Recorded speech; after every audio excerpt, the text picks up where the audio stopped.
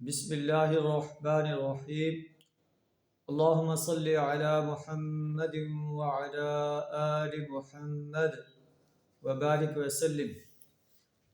کتاب الادب، آداب کے بیان میں امام بخاری نے آداب کے بیان میں نبی صلی اللہ علیہ وسلم کے فرامین بیان فرمائے ہیں۔ عن ابی ہریرہ رضی اللہ عنہ قال جاء رجل الى رسول اللہ صلی اللہ علیہ وسلم فقال یا رسول اللہ من احق الناس بحسن صحابتی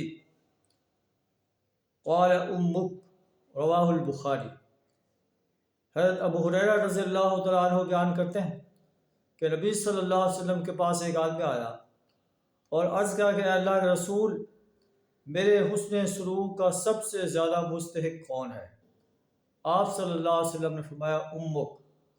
اس نے عرض کیا پھر کون ہے؟ ثم من، آپ فرمایا امک۔ اس نے کہا ثم من، آپ صلی اللہ علیہ وسلم نے فرمایا امک۔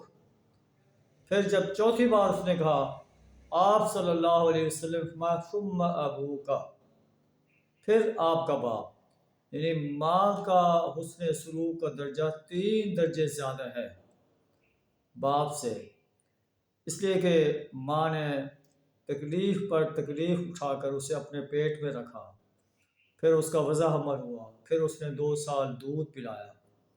تو اس لیے اللہ کے رسول صلی اللہ علیہ وسلم فرمایا کہ ماں کا حق 3 درجے زیادہ ہے، اور چوتھے نمبر پر آپ فرمایا ثم ابو کا، پھر آپ کے باپ کا حق ہے۔